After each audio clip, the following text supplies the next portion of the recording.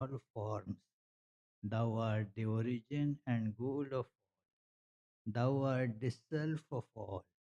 Thou art existence, knowledge, and bliss. Salutations unto thee. May the world be peaceful. May the wicked become gentle. May all creatures think of mutual welfare. May their minds be occupied with what is spiritual and abiding. May our hearts be immersed in selfless love for the Lord. Peace, peace, peace be unto all.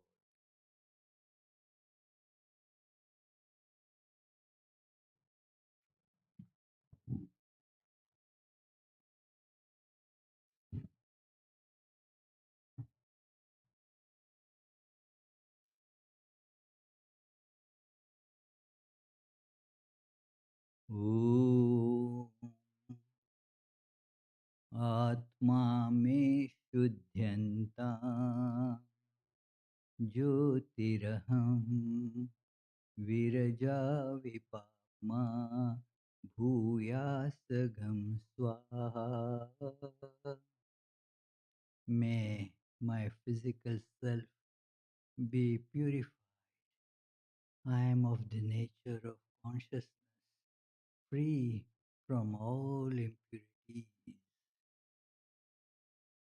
Om Antaratma Me Shuddhantam Jyotiraham Viraja Vipapma Bhuyasagam Swaha.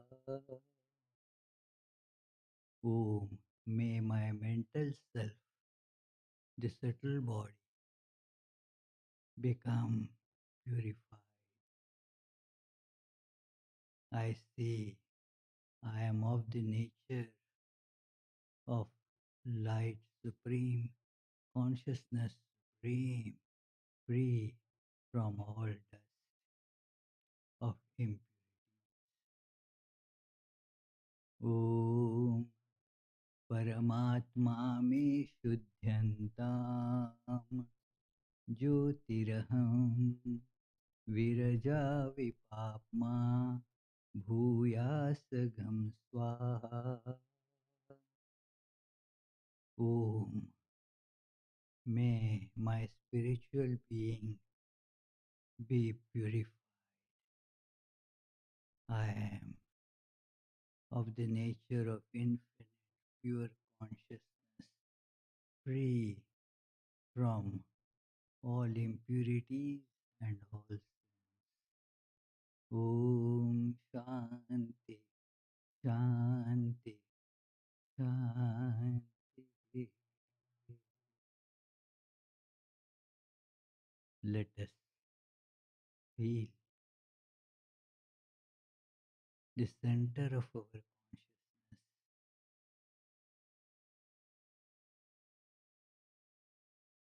our true self, which is beyond body and mind.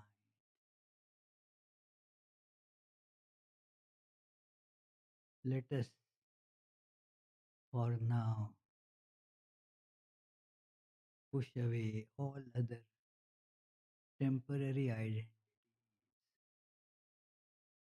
like I am this body. I am connected to many other people because of this awareness that I am. Let us push that aside.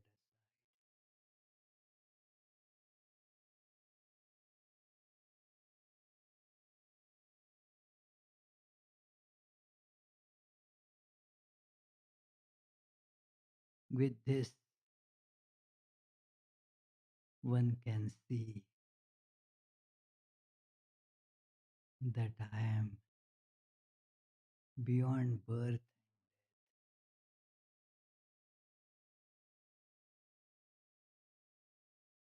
I have no height or weight. I have no sickness.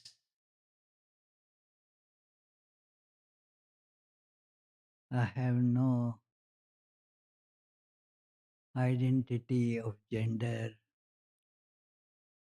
or race or language or nationality.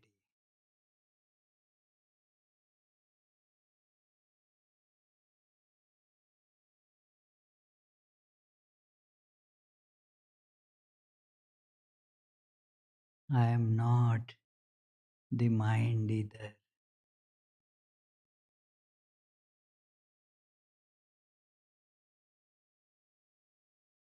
I am neither happy nor sad, nor elated nor depressed.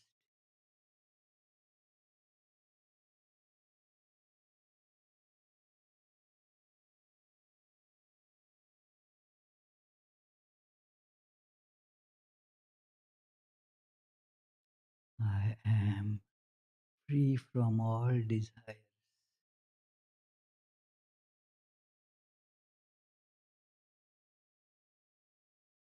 I am bliss itself.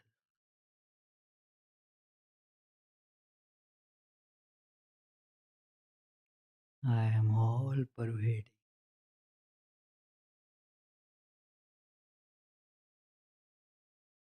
The existence itself, consciousness itself, bliss itself, Satchidananda. I am peace itself. Om, peace, peace, peace.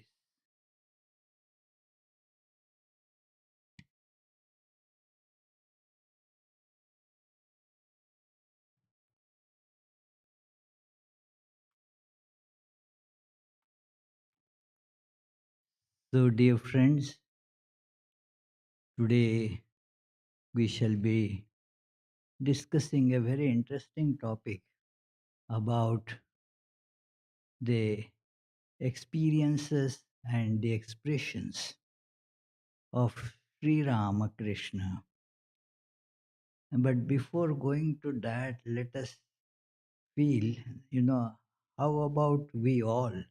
We also have experience and we have the expression of that experience too. So, just to understand the topic, let us look at our own experiences and the expressions we get at our mundane level, the experience through all our sensory organs, like the hearing, seeing, touching, tasting, smelling. All these are contributing to our experience. Uh, and a combination of that becomes our experience. And then that experience evokes an expression. Now, this same experience every time will not bring out the same expression. Expression depends on the person to whom it is being expressed, the circumstances of that possibility of expression, and all those things determine how the response or the expression will be. Common expressions are there that when you see something that you feel nice and beautiful, and there is an expression of joy on one's face, then you smile. If you uh, don't like something, your face shows a frown, the feeling of disliking. And these are common expressions that we see. If you become agitated or angry. Now it depends, where you are, with whom you are talking. It is, uh, say, normally, if you take a person for granted, when you become angry, then you scold left and right, and show that anger in a very vocal, and even with the body language, it keeps on oozing out. But suppose you are angry with your boss and you care for your job, then your anger will get the expression will get very very subdued. You will not express that anger that you otherwise were expressing, because of the circumstances. The experience is same, but the expression becomes different. There is a story of a couple that got married very recently, and after that they were staying along with the parents of the man. So, and then the man was eating something, and then was eating pudding, and then told his mother, "Oh, mom, you have become these days forgetful. You have, it seems, forgotten to add sugar there in the pudding, or added very little sugar." And from inside, his wife said, "Oh, it is I who made the pudding. Oh, oh, no, it has become so delicious, very nice." So it is because to whom one is speaking, accordingly the expression changes, you see. You can't afford, to displease the wife newly come to the home. After some years, the expression may change, but it is. It is like that. So it depends on the situation and so forth. So what I mean is the expression is according to the particular situation. The experience will be getting expression, but it depends who is expressing. Some people who are on short fuse will express things very loudly. If even a little something that is not according to their liking, then they will immediately burst into a fit of fever. So it is, some are not given to that. Some will silently bear it. Okay, let us see. So according to the different people, their temperaments are different, so the expression differs.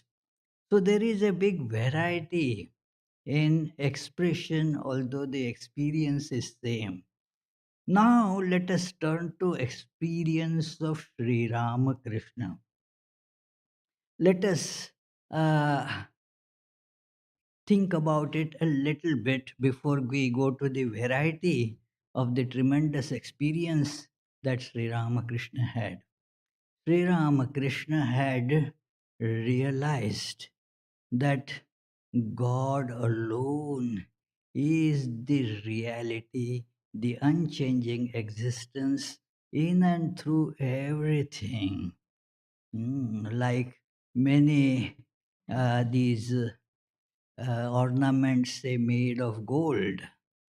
Now, gold is pervading in all of them. It is gold that gets different shapes. In animal crackers, you see that the same dough, the same substance in different shapes, and you get give different names to that. And that this is a lion, and this is a camel, this is a crocodile, and so forth. Now, you see that it is the same substance. The babies, of course, they get a bit deluded and cry to have a particular animal. But when the baby grows up to go to kindergarten, already knows that these shapes don't make any sense. It is the same substance. So Sri Ramakrishna has grown far beyond in the spiritual, level of growth, uh, far beyond this kindergarten level to see that it is the same one substance that fills everything. There was absolutely no doubt in his mind about that. You can do that yourself, just abstract this, remove the idea of your shape, and then will go away the idea of your name also. And where is the difference between you and I? No difference at all. It is this tremendous grip that this illusion has on our minds, which tells us I'm so and so. That's it. And that is different from me. I am different from the chair. I am different from the microphone. But just get rid of the shapes. Just try this experiment. We were meditating on this, and then you can see that there is only one without second reality. And Sri Ramakrishna was established in that. We think about it, but then the stranglehold of this name and form is so strong on most of us that uh, they we again think I am so and so, I am that, I like this, I don't like this, I am so, all that again comes back to us. So therefore we are not always in our experience of various things aware of this underlying one without second reality. Sri Ramakrishna would see the shapes like animal crackers, and so would also call that this is a cat and this is a crocodile, this is a camel, and so forth. But while saying all these things, he was also aware of the underlying true existence of the one without second reality, that is God. So that is how even the ordinary experiences of Sri Ramakrishna were. Then he had also the experiences of samadhi, the state of ecstasy, where the ordinary awareness will get effaced and some other awareness to which we ordinary human beings are not privy. We do not get that. That experience is not given to us because of our being bound by these five senses.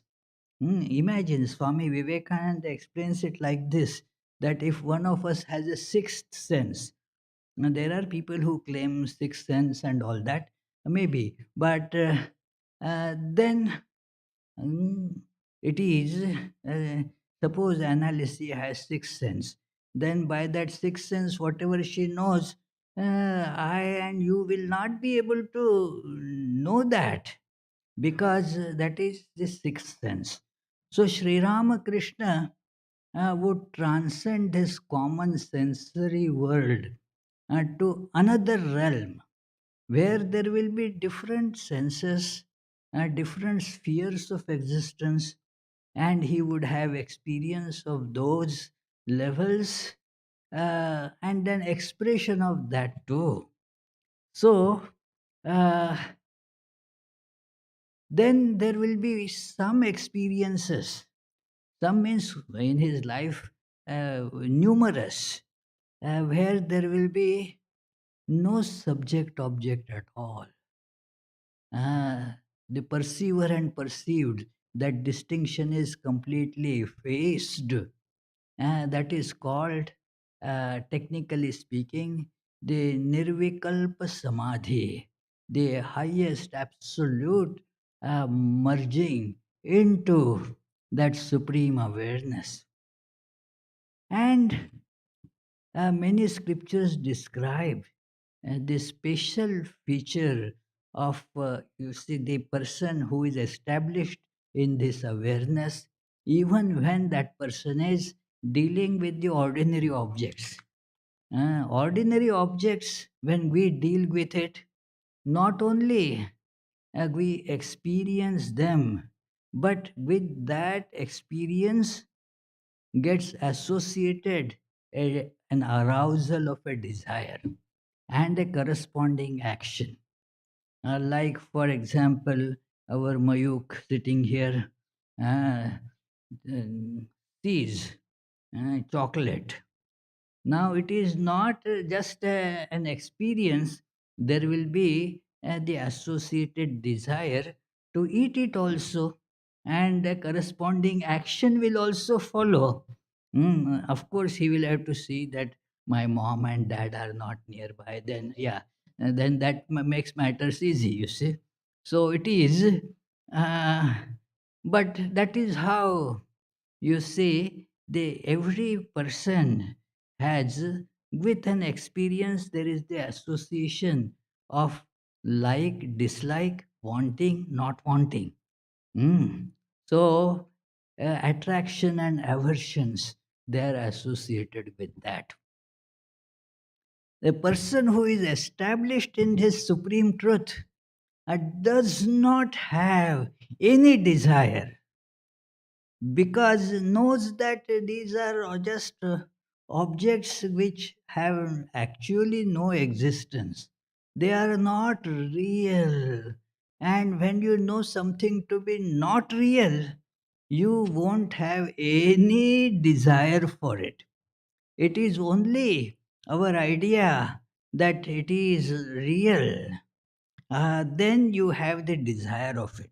If Mayuk sees an ad or a picture of the ice cream, he will not have the desire to go to that picture and start licking it. No, because he knows that it is unreal. When we actually see the things in the world to be unreal, we will have no desire for any of that. So, Sri Ramakrishna's experiences, which are on a plane that is a shared plane, means we also have that experience, and Sri Ramakrishna also has those experiences, but Sri Ramakrishna knows much more that we hear about. Maybe intellectually we understand those, but uh, our conviction does not uh, go up to that. Even after a lot of spiritual practice, our conviction climbs to that level. Our experience doesn't go that level. So it is, therefore, our responses are the responses of those desires. Like, suppose, just take the example, two kids, one say Mayuk and somebody who, they are exceptional, who do not like chocolate or ice cream at all. There are some who have aversion. So the reaction of both these, the same, say, ice cream they would see, but the expression would be different. That because there is the attraction and aversion getting associated with that. So Sri Ramakrishna is free from that. So that is a major difference between these experiences. we shall see some of the experiences of Sri Ramakrishna and the corresponding expression. They have the common plane. Some part it is shared in by the other people also. So one experience that Sri Ramakrishna, uh, because of all these spiritual practices, has developed a, a tremendous luster on his face. His face had become so attractive. He was not aware of it. But one day, when he had gone to his birthplace, Kamarpukur, and then he and some others, including his nephew Hriday, were going to another nearby place, Shihad. So uh, there was a palanquin arranged for them to go. But there were so many people that have gathered there, and Sri Ramakrishna could not s- understand why all these people. He asked Hriday, why all these people? He said, Uncle, because your lustrous face is looking so nice that people have gathered to look at you. And now, what was expression of Sri Ramakrishna there? After hearing this, he became so uh, kind of depressed and upset. What is there to see here? This is just body, a heap of flesh and blood. Is there anything worth seeing in this? He therefore decided not to go out. It is so. This is the experience, and then the corresponding expression of this experience. And there is that another incident of that where it is, you can see there is a shared plane. Uh, his Vedanta teacher, Totapuri, he had come to Dakshineshwar where Sri Ramakrishna was performing his sadhana, and then uh, it was at that time Totapuri, he was established in that Vedantic experience of non duality in Nirvikalpa Samadhi and so forth. And then looking at Sri Ramakrishna, he saw that here is the most qualified person to take up this discipline of Vedanta practice. And so he called him and asked him, are you ready to take up this practice? I see in you this tremendous qualification for this. Now, this is the Totapuri also heard, Sri Ramakrishna also heard. Sri Ramakrishna told that uh, I don't know whether I will do or not. My mother knows everything. I will. Then Totapuri said, okay, go and ask your mother. He could not understand what is this going on. Go, my mother knows everything. I don't know, and going to ask the mother. But he, okay, go and ask your mother. And he was surprised to see Sri Ramakrishna walking into the temple of Divine Mother. That Kali temple there, he walks there. And then he comes back. He had conversation with Divine Mother, which he narrates. But this Totapuri was not understanding any of this thing. And he told Totapuri that mother said, yes, yes, uh, do that practice of Vedanta. It is for that purpose that I have brought this Totapuri here. This he will be your teacher. So, uh, and Totapuri could not understand all this. But he said, okay, whatever it may be, being a person of that spiritual height, he knew how to brush aside the unwanted things. So, okay, it doesn't matter.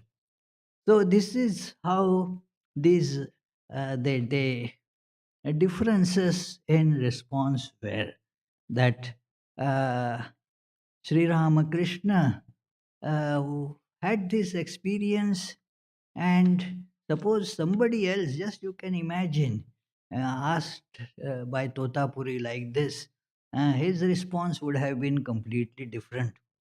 So we can see how the expressions are. When Mathur Babu wanted to give a lot of money to Sri Ramakrishna, Ah, he first sent the word of refusal, no. And once he saw that Mathur is coming and with the all this proposal, he got up and took some weapon in his hand, some stick or something, to go and beat this fellow. Get out! Remember this the difference in the status. Sri Ramakrishna was merely a very low level paid worker there, and Mathur Babu was the almost like the owner of that whole estate. So, and uh, normally, how the expression would be if somebody comes to give me some money. Suppose Sukalyan says, Swami, I want to give you some money.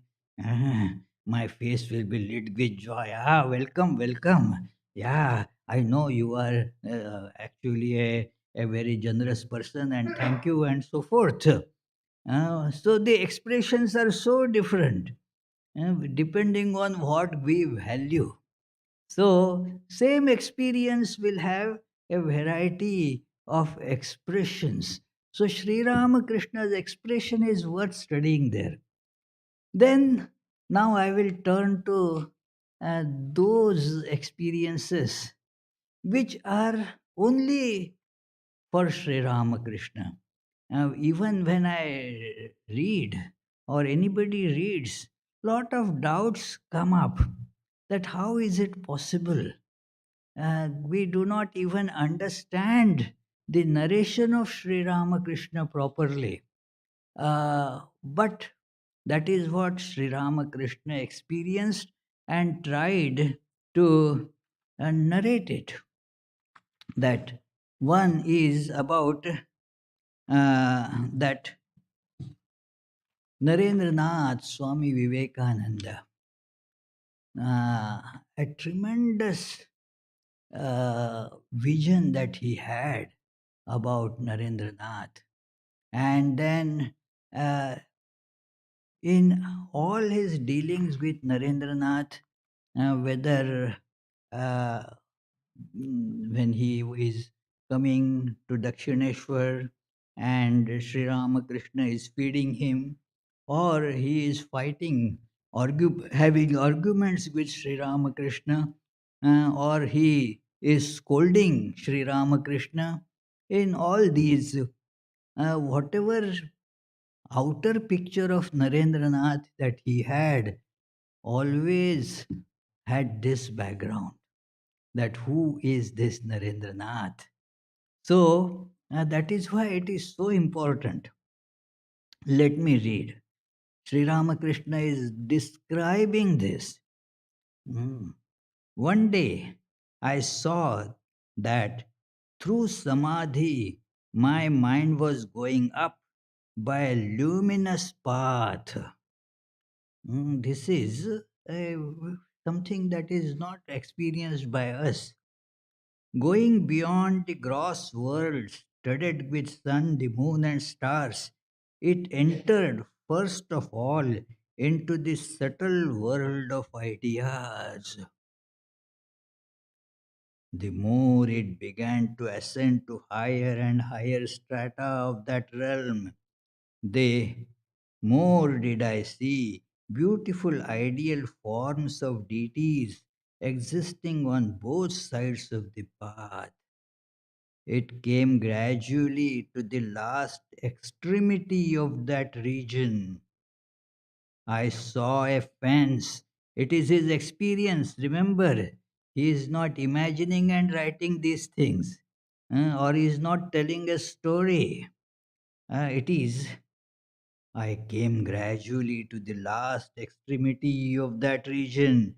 I saw a fence made of light there, separating the realm of divisible from that of the indivisible. The Sanskrit word that he used there actually was akhanda. That there is no division, no divisibility there. And that realm, leaping over that fence. See the experience and the expression, leaping over that fence. He leaped over that fence. Ah, the mind entered by degrees in the realm of indivisible. I saw that there was no more any person or thing there having a form. I saw that there was no more any person or thing there having a form. As if afraid to enter there, even the gods and goddesses possessing heavenly bodies exercised their authority over realms far below. But the very next moment I saw seven wise rishis. Rishis means sages, having bodies consisting of divine light only, seated there in samadhi. And I confess, like many other Swamis I spoke to, they just confess that we do not know how to explain this. It is a plane or the realm of indivisible. So there, how can there be all these seven forms? Who knows? But that is the expression that his experience has generated. The experience has limitations, but expression has far more limitations. Experience limitations are depending on our capacity to experience. So, this experience we may not have, but even Sri Ramakrishna, having this experience, still has the limitation of expression. So he's trying as far as possible to describe it, but yet we have these problems about how can there be any particular form there in the realm of formless appears to be contradictory. Yes, it is contradictory, and yet it is true. In our uh, thought, if something is contradictory, then it has to be untrue. That is very true. But it is still, our life is fraught with so many contradictions that how can we say that just because it is contradictory, it is untrue? It is, that is how our life is. That is not explainable by our language or by our logic, and therefore, in Vedanta, it is called Maya, inexplicable. So, Sri Ramakrishna sees that. Let me continue with the quote. I felt that in virtue and knowledge, love and renunciation, they had excelled even the gods and goddesses, not to speak of human beings. Astonished, I was pondering over their greatness when I saw before me a part of the homogeneous mass of light of the abode of the invisible, devoid of the slightest tinge of difference, became solidified and converted into the form of a divine child, coming down to one of those rishis and throwing its soft and delicate arms round his neck. It embraced him, and afterwards, calling him with his ambrosial words sweeter than the music of the Vedas, uh, it is telling him, I am going, you too have to come. And so, then the extraordinary divine child then expressed infinite joy and said to him, I am going, you must come with me. The rishi said nothing at that request, but his loving eyes for some time that expressed his hearty assent. Mm. Afterwards, looking on the child with loving eyes for some time, he entered again into samadhi. Astonished, I then saw a part of the mind and body of that rishi converted into the form of bright light came down to the earth along the river's path. Hardly had I seen Narendra for the first time when I knew that he was that rishi. Now, this experience is too immense for our sense organs, our mind to even think about much. But that is the experience. Of course, the language has to be the like our language to explain to us or even to narrate to us. Explanation is not possible. Even just to narrate to us has to use the common language. He uttered all these words in, of course, Bengali language, and all the listeners were kind of aghast what to make of this. This is the undeniable experience of Sri Ramakrishna.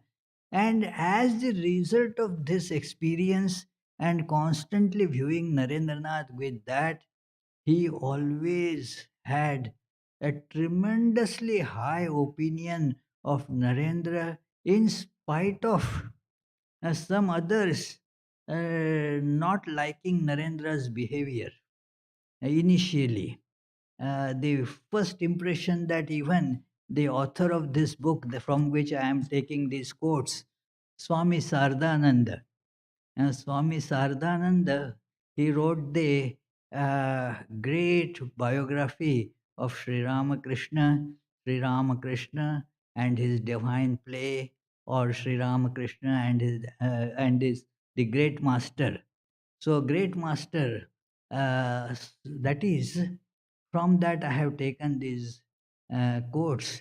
He thought of Narendranath at their first meeting uh, to be a very superficial and not well mannered kind of rowdy boy. So, and so he was astonished that this is the same person that Sri Ramakrishna was praising so much. Mm. It is those days when Keshav Chandra Sen was at the height of his popularity because of his tremendous skills in oratory, his devotion, his other great qualities. That when Sri Ramakrishna compared them, he said something that nobody could believe.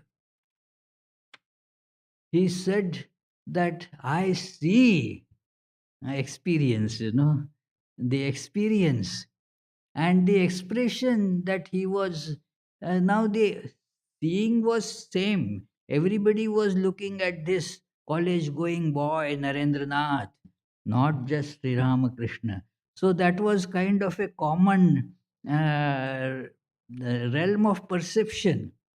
But what Sri Ramakrishna was seeing, and he expressed that by a partial expression of one power, uh, Keshav has become as such a world famous man. Narendra has 18 such power in full bloom.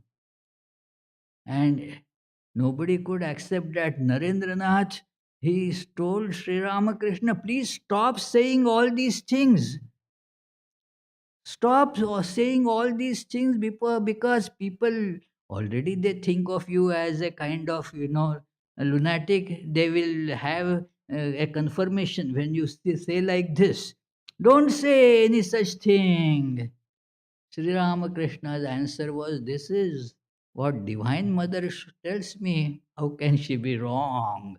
So that is how uh, this is the difference between the perceptions, the experience and the expression. It becomes different. So there is that it is another story, let me tell you. There is when Sri Ramakrishna was practicing the devotion in the form of that servant to God.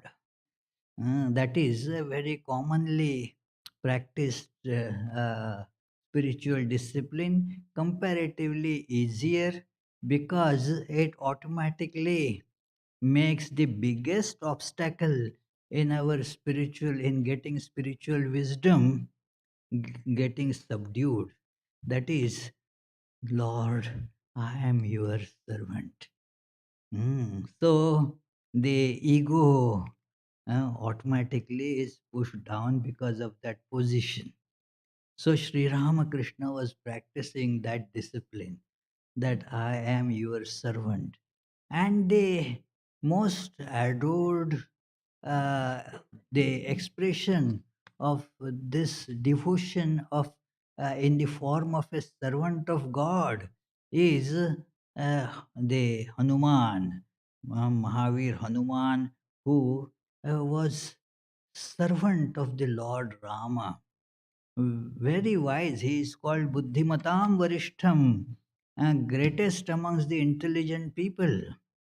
So he still adopted this attitude of Rama, you are the Lord, I am your servant. So when Sri Ramakrishna started practicing that according to Hanumana, feeling himself, identifying himself with Hanuman. That is how the identification. When you see people, especially the children, because they don't have much sense of shame about it, they are not abashed. Whatever is their idol, they start imitating that idol. That as that person that is putting on a hat, this fellow, this child also will put hat like that. If somebody is fan of some football player, today is by the way Super Bowl. So anyway, it is that is by the way. So you have that child will also ask for that kind of jersey with the same number and so forth.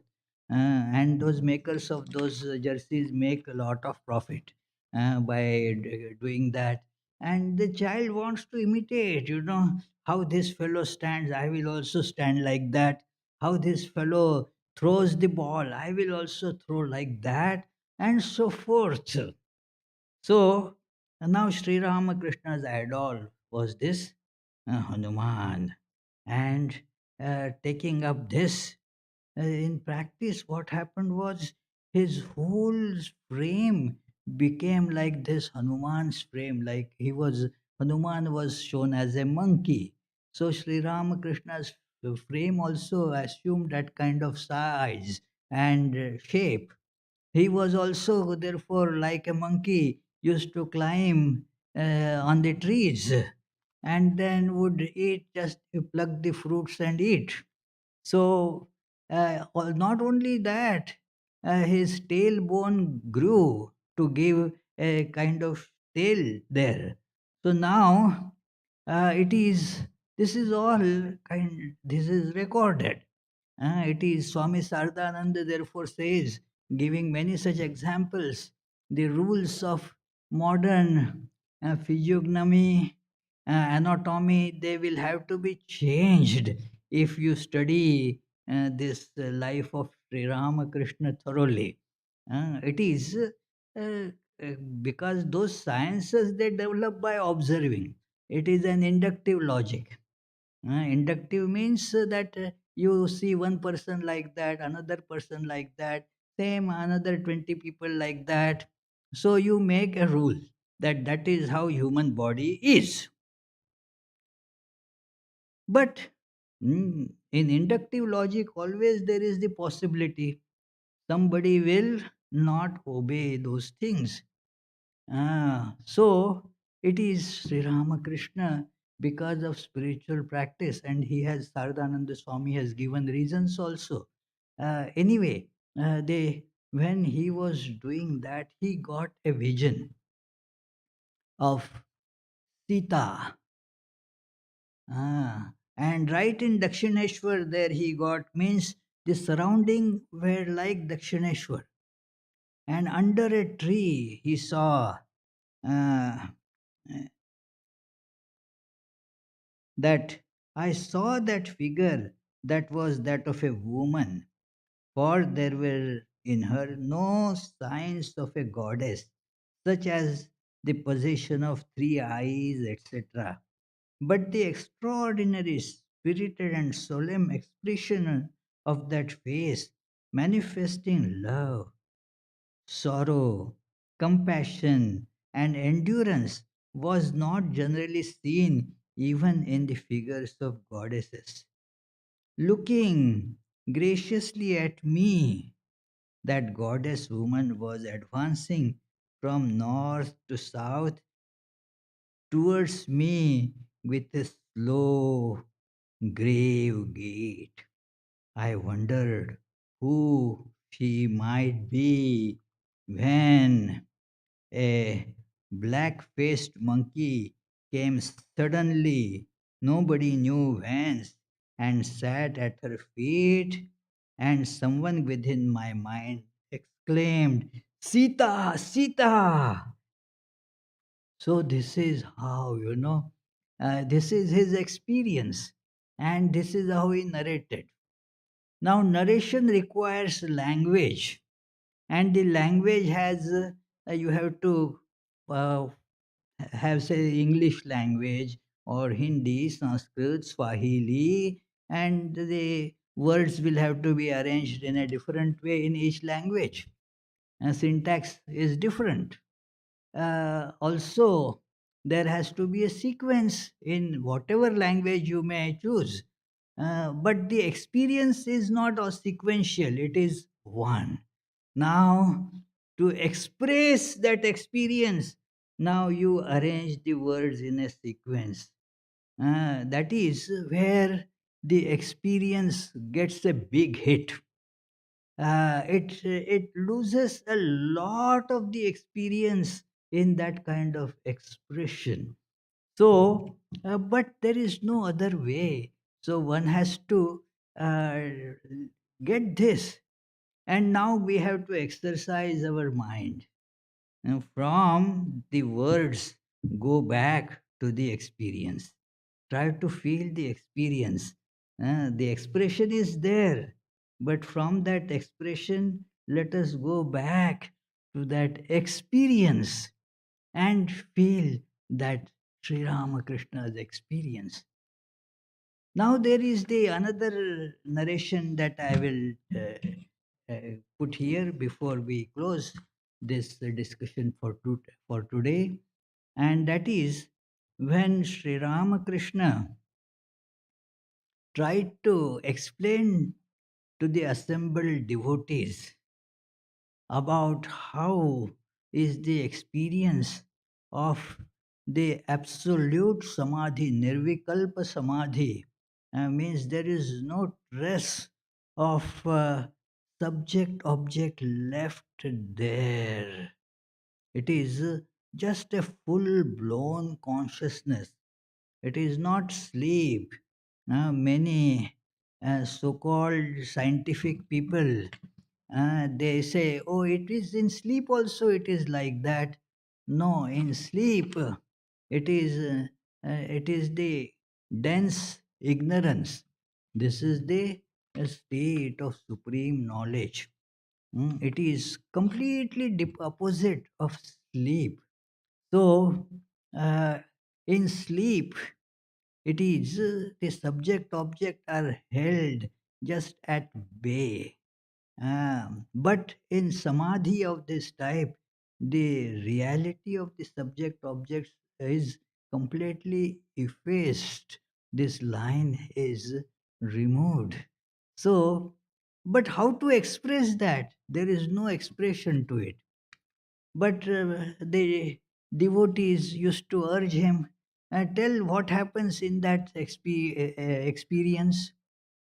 Now he, out of tremendous compassion for the devotees, he said, okay, let me give it a try.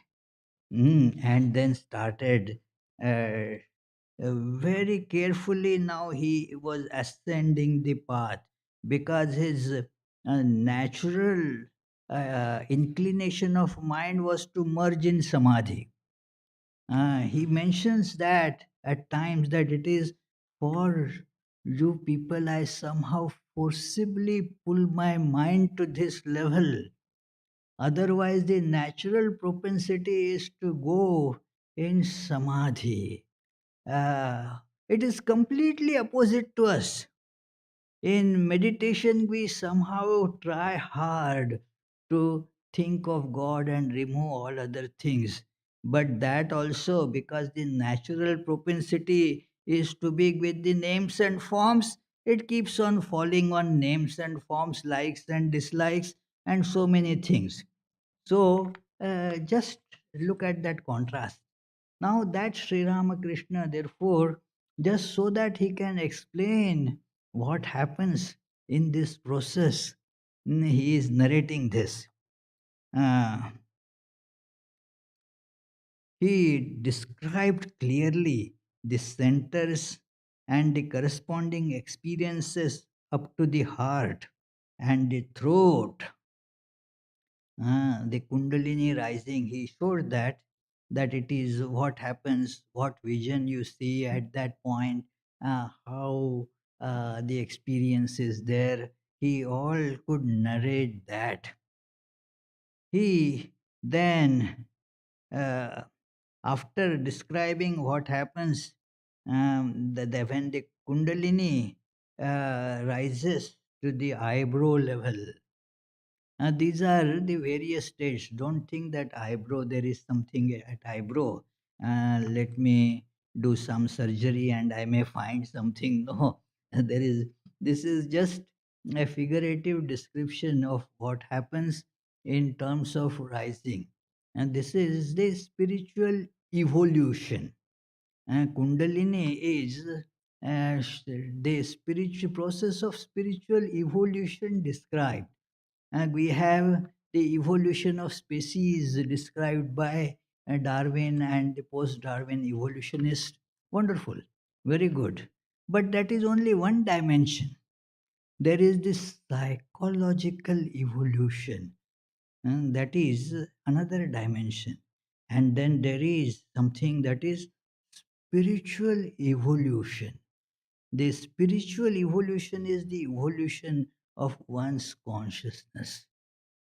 There is therefore described, I will take a few more minutes in describing that the stage where one is kind of just like matter, inert matter. There is consciousness, but not much function, like stone, just is there, that's all. Is there, surviving. That's it, existing, but there is no functionality, no sense of I expressed. So that is described when the Kundalini is at the bottommost level at Anus. All the power is there, but it is not manifested. When it rises a little bit at the level of the sex organ, then there is the expression I and the world, and then I wants to grab the world. The tendency to have the enjoyments, it comes there. It is like the instinctive animal life. As bodies, we are no better than animals.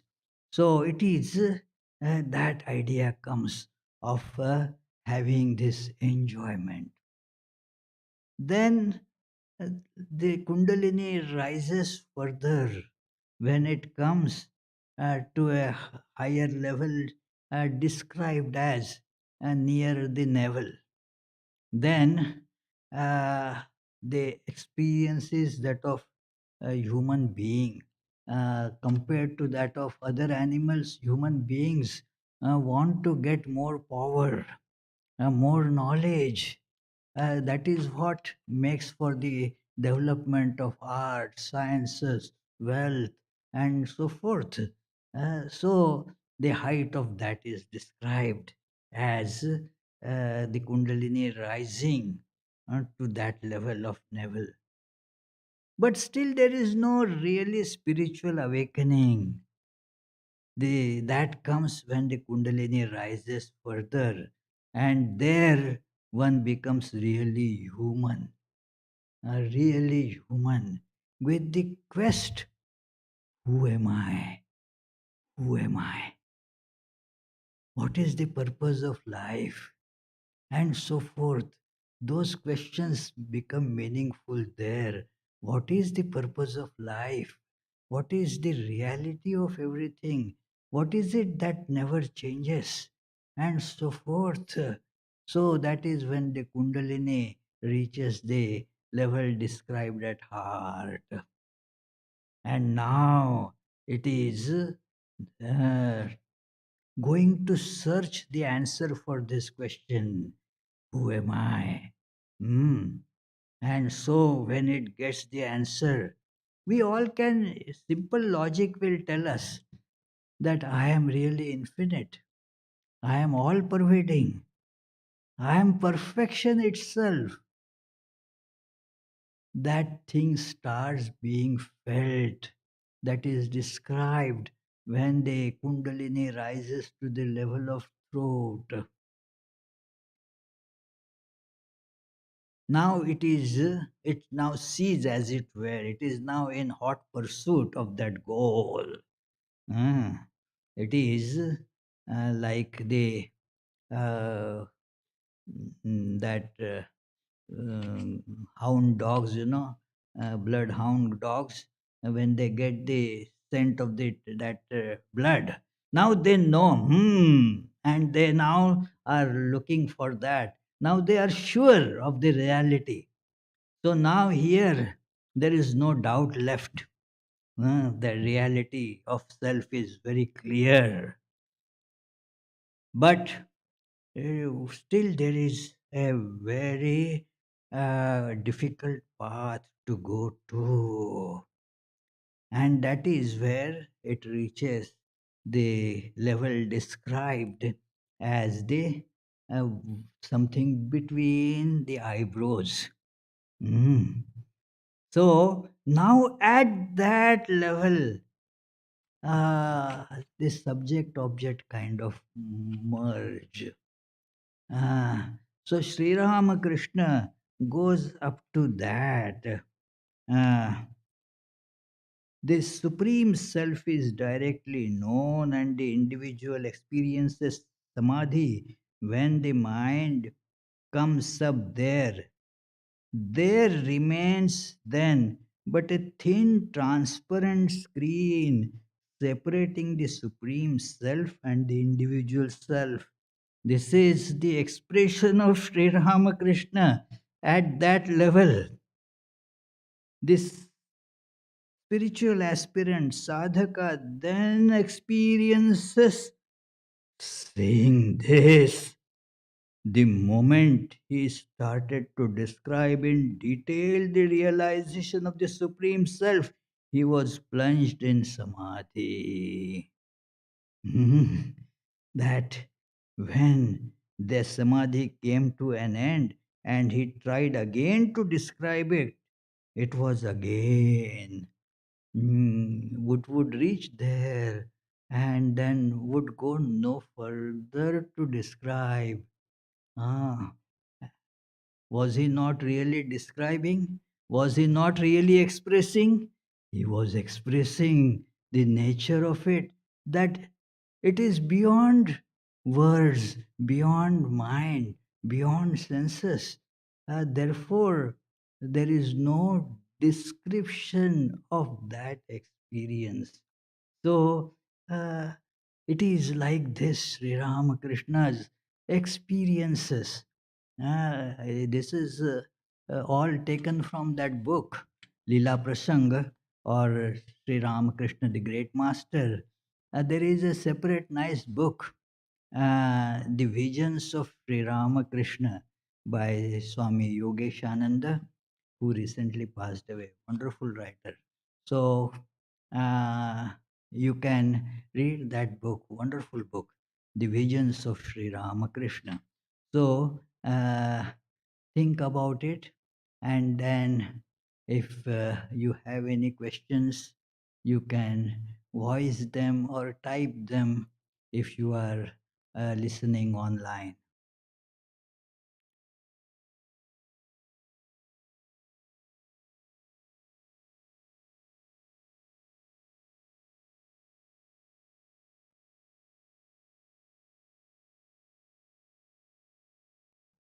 Any question? Any question here? No. Any question up there? No. Very good. So we have a lot of experience today, so you don't have any question left to ask. Yes. Very good. Even Abhishek seems to be today speechless, merged in samadhi. Okay. Mm. So next Sunday, friends, it is a big program of the celebration of the birth anniversary of Sri Ramakrishna. It begins at 11 a.m. and goes till about 7 p.m.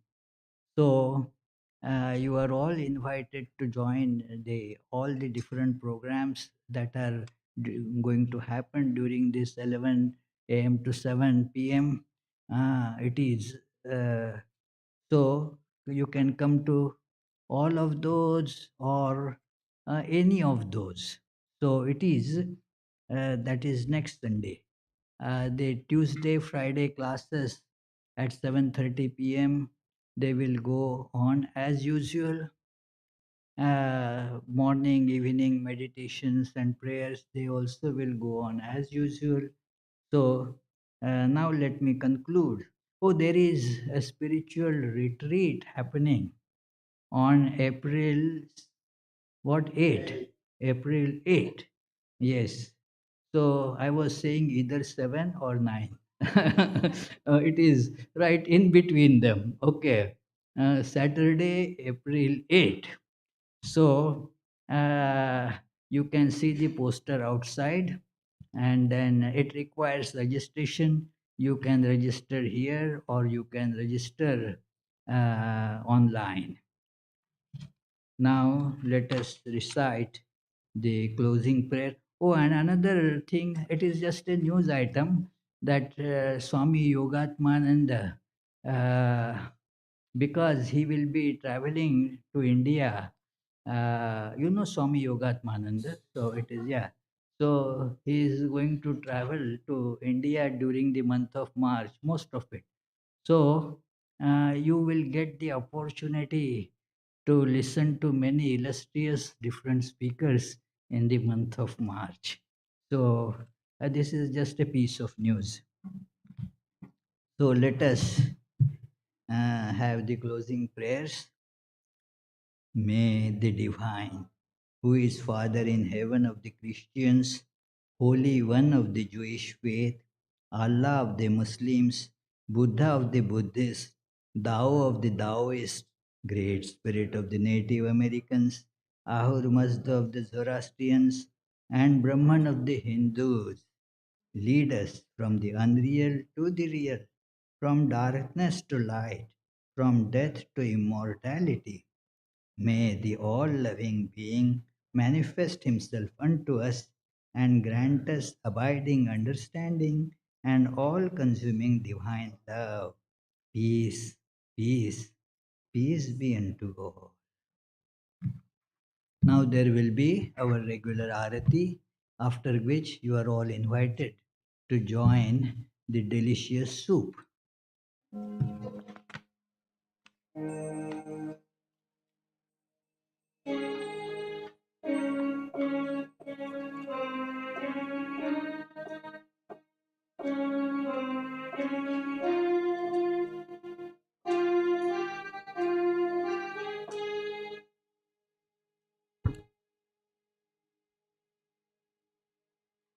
Breaker of all our worldly bondage and adored by all, we adore you too.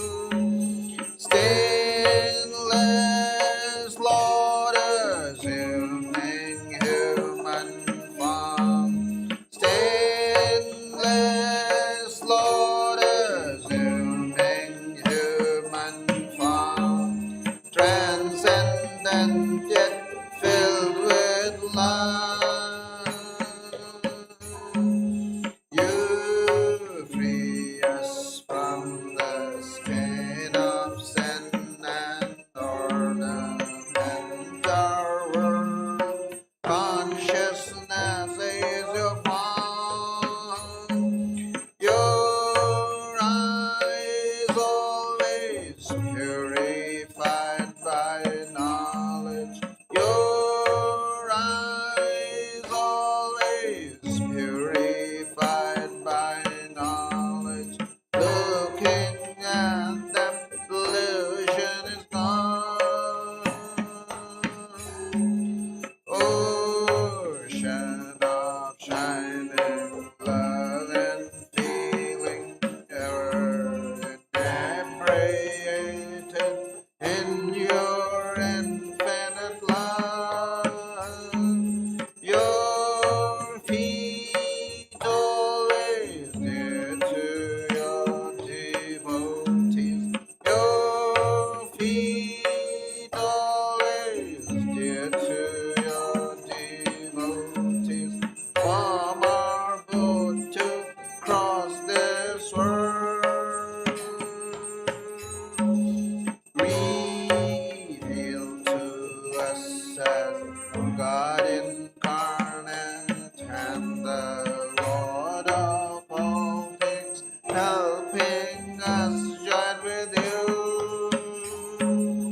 Your mind's always set in the divine light.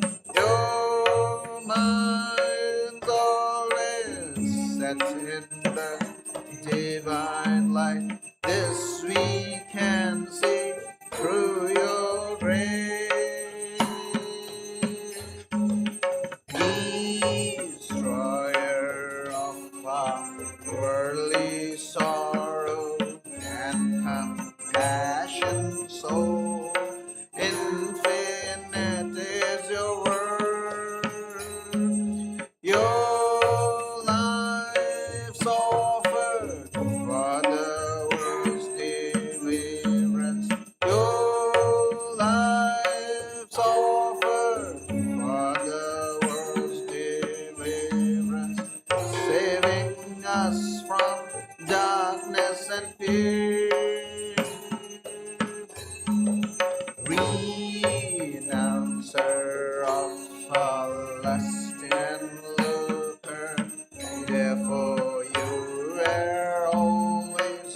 burning sensual life. Lord of monks, you are the best of men. Lord of monks, you are the best of men. Grant to us pure love for you. You're fearless and you're free from doubting. With your mind very firmly resolved, causeless refuge of your devotees, causeless refuge of your devotees, renouncing caste and birth. Our treasure is your holy feet, which take us very soon across this puddle of life. You give love and even sightedness. You give love and even sightedness to remove our anguish here. Our treasure is your holy feet, which take us very soon across this puddle of life. You give love and even sightedness. You give love and even sightedness to remove our anguish here. Greetings to you, O Lord, beyond both speech and mind. Greetings to you, O Lord, beyond both speech and mind. Yet you are the basis of both. O Lord, yet you are the basis of both. Great light of all lights, blazing in the heart's gate. Great light of all lights, blazing in the heart's gate. Darkness is destroyed by your light. Oh Lord, darkness is destroyed by your light. Greetings to you, O Lord, beyond both speech and mind. Greetings to you, O Lord, beyond both speech and mind. Yet you are the basis of both. O Lord, yet you are the basis of both. Great light of all lights, blazing in the heart's gate. Great light of all lights, blazing in the heart's gate. Darkness is destroyed by your light. Oh Lord, darkness is destroyed by your light. Langa, ranga, bhanga. These are all the sounds of Vedanta. Langa, ranga, bhanga. These are all the sounds of Vedanta. Spiritual songs devotees are singing for your worship divine. Spiritual songs devotees are singing for your worship divine. Jaya Jaya for your worship divine. Hare Hare fire worship divine. Shiva, Shiva, fire worship divine. Breaker of all our worldly bondage and adored by all. We adore you too. Jai Shri Guru Maharaj Ji Ki Jai.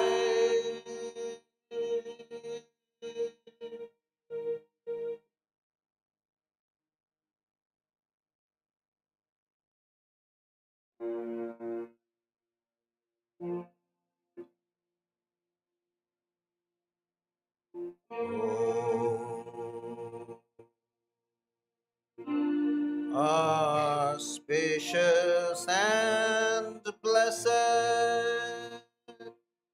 graciousness sublime, all noble ends you give to us, granting us refuge, all seeing God.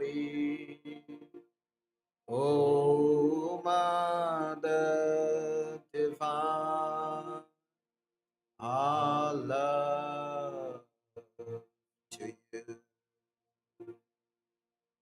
Creation, preservation, dissolution are your power, eternal one. Nature's real basis, nature's essence. O Mother Divine, our love to you. We come seeking refuge from anguish. Be our Savior through your deep concern. All our suffering remove, Goddess. O Mother Divine, our love to you. Victory, O Mother Divine, our love to you.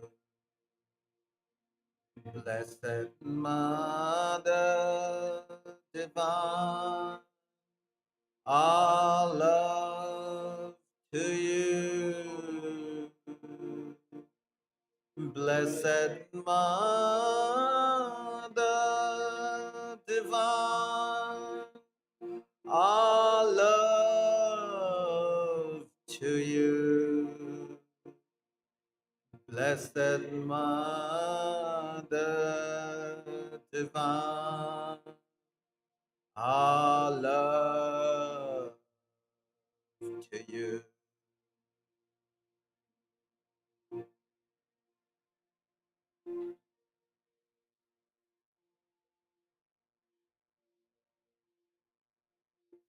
Jai Shri Ram Krishna Dev Ki Jai. Jai Shri Sarda Devi Ki Jai.